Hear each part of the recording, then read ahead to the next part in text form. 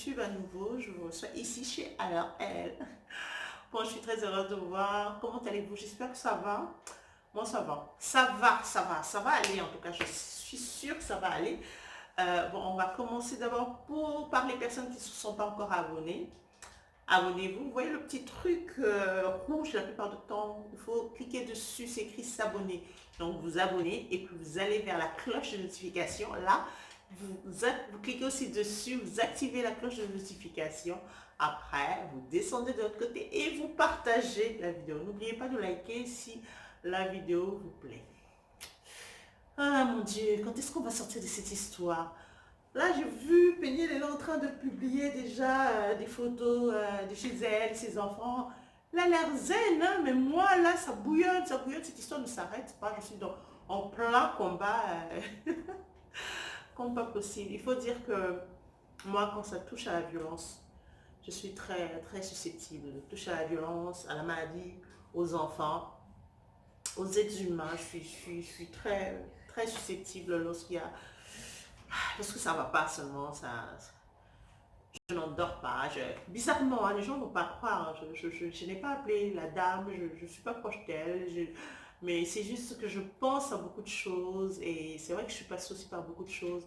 Du coup, j'ai l'impression que ça réveille tellement de choses en moi que je supporte pas grand-chose. Mais ce qui m'énerve, je sais pas si ça m'énerve seulement, mais ça m'horrifie, c'est les réseaux sociaux. Plus on se rend compte, plus on se dit, mais Seigneur, les gens ont, les gens ne ressentent, les gens ne comprennent pas ce qui se passe dans les personnes qui souffrent, les personnes qui sont victimes, les personnes qui sont brisées. On dirait que on a tellement rendu ça normal, un fait habituel. J'ai posé la question d'ailleurs ce matin pour savoir que ressentaient les femmes qui sont violentées physiquement, à part les douleurs en fait, physiques. Bah, quelqu'un m'a écrit rien. Les femmes sont assez habituées. Je sais pas si c'était pour plaisanter ou c'était pour provoquer ou je sais pas, mais on en est arrivé là en fait. On en est arrivé là et c'est vraiment triste. Donc,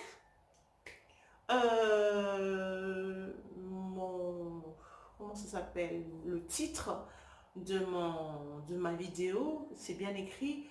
Pourquoi, au fait, soutenir, croire à une femme qui cherche nécessairement à briser la carrière du père de ses enfants?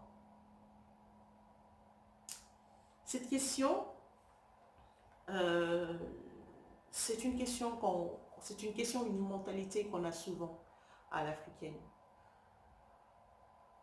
Au fait, on se demande toujours pourquoi une femme réagirait mal. On pose toujours cette question-là. Pourquoi? Qu'est-ce qui permet à une femme de mal réagir? Je ne parle pas d'agir, mais de mal réagir. Comme si la femme n'avait jamais le droit de réagir.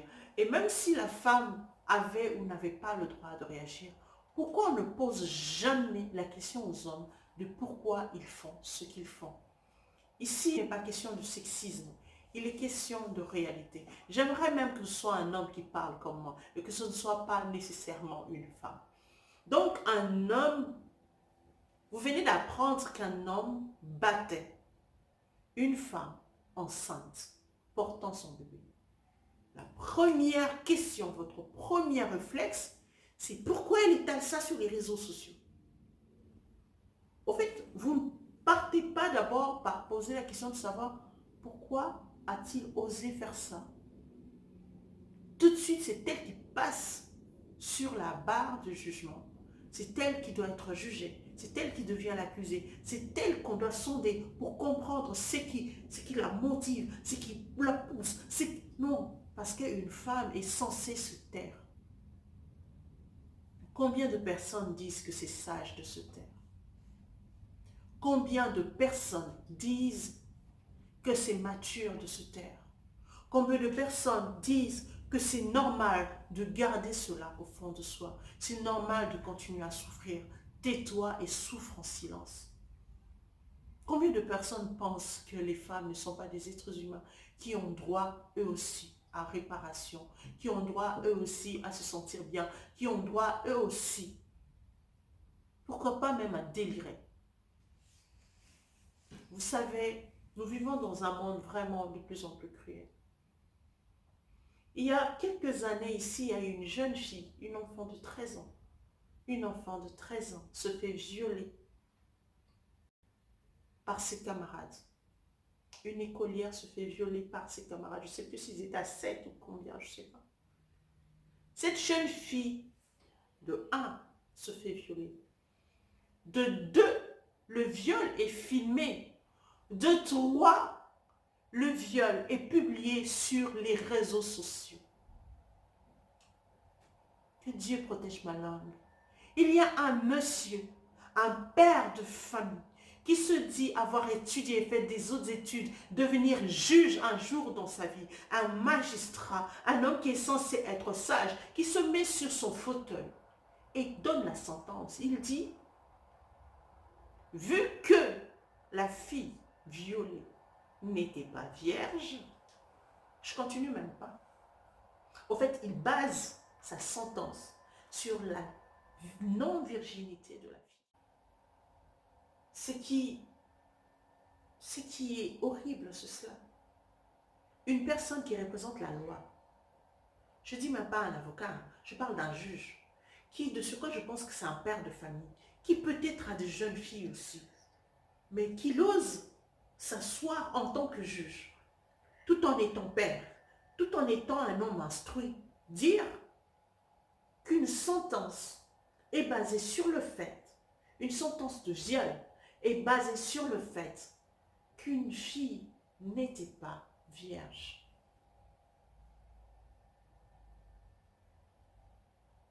De la même façon, aujourd'hui on peut dire c'est une épouse. Il a frappé, c'est son épouse. Une épouse n'a pas le droit de faire ceci. Une fille de vierge n'a pas le droit de crier qu'on l'aurait violée. En fait, elle n'a pas ce droit-là de préserver, d'avoir le choix de consentement. Elle n'a pas ce choix, elle n'a pas ça. C'est dans ce monde-là que nous vivons. Où les gens chosifient. En fait, des fois, vous chosifiez les filles d'autrui. Vous oubliez que c'est justement ce que vous faites à vos propres filles. Le comble, il y en a encore qui chosifient leurs propres enfants. Vraiment, dans quel monde nous sommes? Comment peut-on manquer autant d'égards auprès des femmes, auprès de vos mères? Les personnes qui sont là tout le temps, qui supportent vos souillures, vos désobligeances, vos impolitesses, vos manquements, vos peines, vos douleurs, vos maladies, ceux qui vous assistent le plus dans votre vie, ceux qui vous portent le plus dans votre vie, ceux qui vous apprennent les premiers pas, ceux qui vous apprennent les premiers mots, ceux qui vous montrent la voie à suivre, ceux qui sont là même lorsque vous êtes mariés et que vous faites vos souillures, ceux qui viennent vous couvrir, ceux qui sont là à être là encore et encore, même dans votre vieillesse. Parce que la maman, ce n'est pas seulement celle qui porte dans l'enfance, mais c'est celle qui est avec vous jusqu'à ce qu'elle s'éteigne elle-même. Celle qui meurt par des crises cardiaques causées par vos défauts. Celles qui des fois sont rejetées par leurs hommes pour vous. Comment vous pouvez avoir autant de manque de considération pour la femme? Comment vous faites? Parlons de frères à sœurs. Parlons de frères à sœurs. Évite un peu de me regarder comme une femme rebelle, femme insoumise. Je ne suis pas insoumise ni rebelle. Je suis un être humain. Je suis un être humain qui a des droits, qui a de la chair, qui a du sang, qui peut avoir mal, qui a un cerveau qui réagit. qu'on le veuille ou pas. Quand une moustique me pique, un moustique me pique, je fais ça. Qu'on le veuille, que je sois consciente ou pas. Quand je serai en état où les moustiques me piquent et je ne réagis plus, ça veut dire que mon cerveau, il ne fonctionne plus. Ne m'oblige pas à me tuer pendant que je suis vivante. Je suis encore vivante. Arrêtez d'être aussi méchant. Arrêtez d'être aussi méchant. Arrêtez ces phrases-là, si douloureuses. Vous voulez savoir ce qu'ils ont fait pour mériter cela. Ou vous trouvez grotesque dès qu'une femme réagit. Je me rappelle encore que j'avais une grande sœur comme ça avec qui on a vécu très longtemps pendant mon enfance. Elle était chez nous à la maison. Elle est tombée grosse, on allait la déposer chez son mari. Elle est restée là-bas. Elle est arrivée presque à terme avec un gros ventre et tout. Son mari est sorti. Il revient le lendemain. Il n'était pas vraiment soumis, il avait pris de l'alcool et tout. Quand sa femme lui dit, mais regarde, tu m'as dit que tu étais juste au coin de la rue. Moi, j'ai laissé la porte, je ne l'ai pas fermée, je me suis endormie.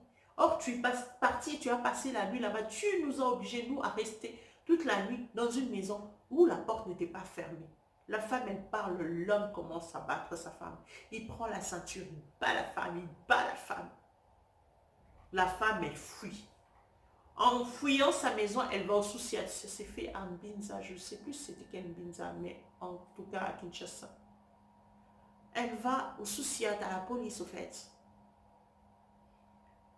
Les policiers voient des signes, des marques. On lui demande, qui t'a fait ça? Tu es grosse, qui a osé vous faire ça?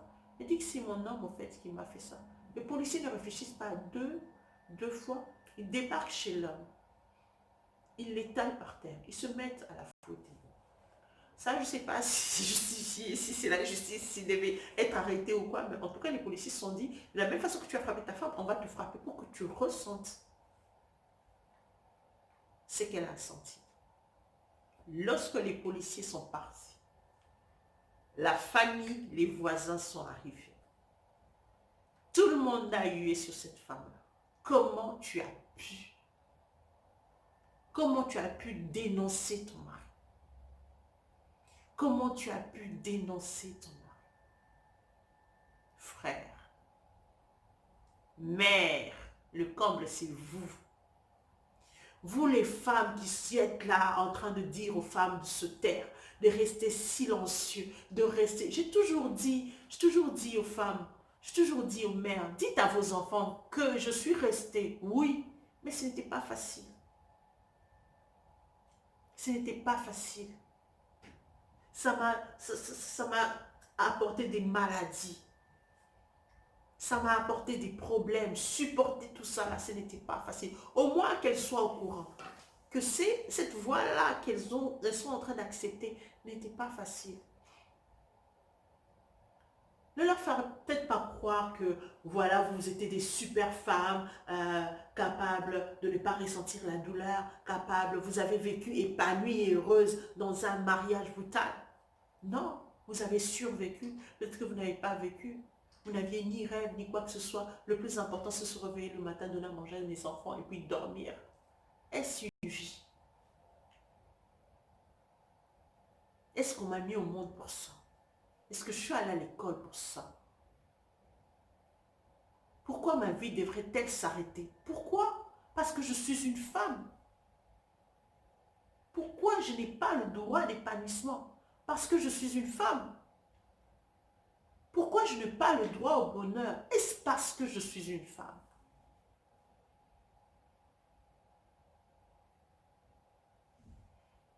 Lorsque l'homme fait du tort à sa femme, on lui trouve toutes les couvertures possibles. Mais lorsque c'est une femme, on lui trouve toutes les injures possibles. Soyons justes des fois. Soyons justes. Il n'y a pas d'éducation qu'à la femme, il y a d'éducation à donner aux hommes aussi. La femme doit être mature, l'homme aussi doit être mature. Quand la Bible parle de l'amour, il commence à conseiller l'homme. Tu es le chef, c'est à toi de savoir quel comportement tu dois avoir dans la maison, afin que tous ceux qui sont derrière toi puissent aussi avoir un bon comportement. Si toi, la tête, tu es brisée, n'attends pas que ceux qui sont après toi puissent être meilleurs. Ça n'a pas de sens. Ça n'a pas de sens. Tu sèmes des choses. Tu donnes une semence, on te donne une fille. Tu donnes une autre semence, on te donne un garçon. C'est toi qui donnes. Tu es brutal, la femme réagit. Tu es irresponsable, la femme réagit. Elle réagit. Je ne dis pas que toutes les femmes ne font que réagir. Il y a des mauvaises femmes. Je ne dis pas qu'il n'y a pas de mauvaises femmes. Je ne dis pas non plus qu'il n'y a pas des merveilleux hommes. Non, il y en a. Mais je parle à tous ces hommes-là qui pensent qu'ils ont le droit de maltraiter les femmes et que les femmes devraient se taire par rapport à ça. Il faut qu'on arrête. Il faut que vous arrêtiez. Il faut que vous compreniez qu'une gifle le matin, une gifle le soir, une gifle après. Je ne comprends même plus pourquoi tu me bats. Je ne sais même plus si c'est que je dois dire la vérité ou mentir. Je ne sais même plus, est-ce que je dois passer la serpillière ou l'éponge? Parce que tout, toi, ne te plaît pas. Tu es capable de me frapper à tout bout de champ pour n'importe quoi. Au final, je ne suis plus un être humain. Je suis un robot, au fait. Je ne réfléchis plus. Je suis effrayée. Mon comportement est complètement déréglé. Je ne vis plus. Tu me tues. Cher mari, tu me tues. Cher ami de l'enfance, tu me tues. Quand j'entends encore une grande dame me dire, ah, il y a Karine. Nous, en fait, tu sais, la vie aujourd'hui, beaucoup des femmes, c'est mets ton faux de teint, hein, tu caches ton bleu, tu mets ton faux de teint et tu fais un sourire. Tout le monde voit que tout va bien. Dès que les gens vont partir, le sport reprend. Les choses reprennent. Toi, on peut t'insulter en public. Pendant que toi, tu cherches à faire, tu mets ton fond de teint pour avoir la bonne mine et lui dire, ça ne vaut rien là. Lui, il peut t'insulter en public et les gens vont dire, ah, oh, toi aussi, laisse ta femme tranquille, on va sourire.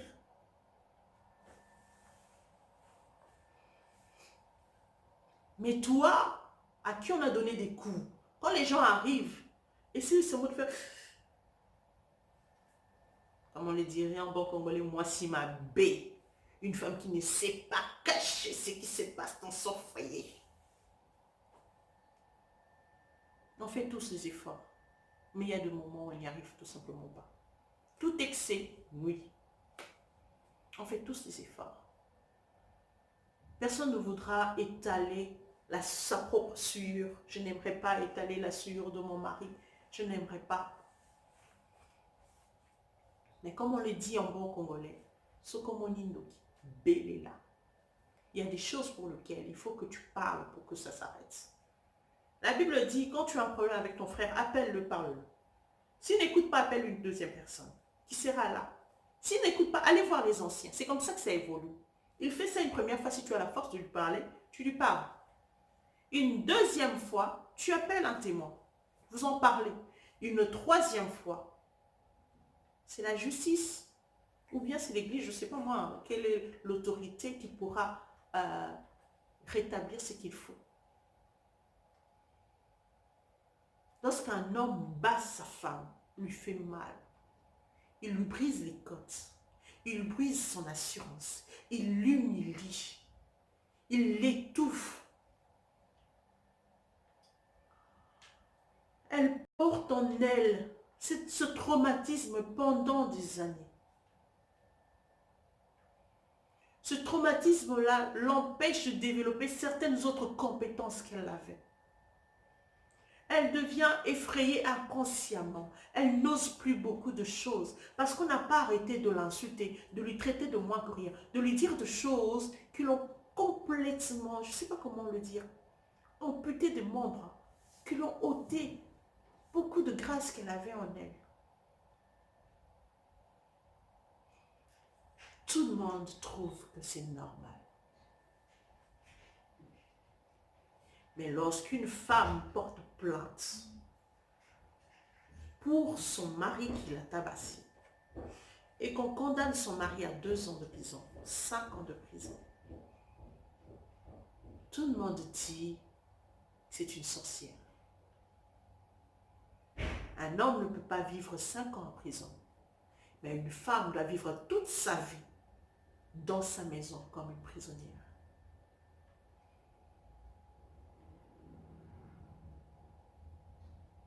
S'il vous plaît, soyez juste. S'il vous plaît, regardez-nous en tant que des êtres humains. S'il vous plaît, soyez sincères avec vos vœux là que vous faites. Je te protégerai. Vous faites la loi, dans la loi il écrit l'homme doit protéger sa femme, assurer sa sécurité. Mais c'est l'homme lui-même, le premier agresseur de son épouse. Alors est-ce que je vais croire aux paroles d'une femme qui crie? Elle crie son désarroi. Elle parle de sa vie. Les conséquences, c'est lui qui va les porter. Quand toi tu donnes un coup, c'est parce que tu es fâché. Parce que tu dis, elle n'écoute pas, elle m'a trompé, elle a fait cela. C'est parce que tu as ressenti quelque chose et tu donnes des coups. Les conséquences, c'est elle qui les porte. Elle se casse, elle ne sait plus bien marcher, elle a mal, elle perd, je ne sais pas moi, des côtes, ou elle perd son enfant qui était dans son ventre, elle perd sa vie. Les conséquences, c'est elle qui les porte. Donc quand tu agis, tu penses à toi, à te défouler, à ton bien-être, et des fois même pour des choses minimes. Mais lorsque elle réagit, elle doit penser à ta carrière. Carrière. Tu as battu une femme grosse, tu as failli perdre sa vie et celle de son enfant, 2 êtres humains que tu as mis en danger. Tu as exposé de la violence devant un enfant de 3 ans dont tu as peut-être détruit toute la mentalité, toute la vie. On doit se soucier de ta carrière. Vous êtes égoïste. Hein? Vous êtes égoïste. Vous êtes égoïste. Vous êtes égoïste. Arrêtez de vous soucier de vous. Arrêtez de vous soucier de vos carrières, de vos réputations. Souciez-vous des êtres humains. Souciez-vous de ceux-là qui vous ont donné la vie. Souciez-vous de vos enfants. Souciez-vous de vos femmes. Souciez-vous des êtres humains. Je pense que je vais m'arrêter là, sinon je risque de... sinon je risque juste de dépasser les frontières, les limites que je me suis toujours attribuées quand je parle de ces choses. Donc s'il vous plaît, traitez-nous dignement. Bien.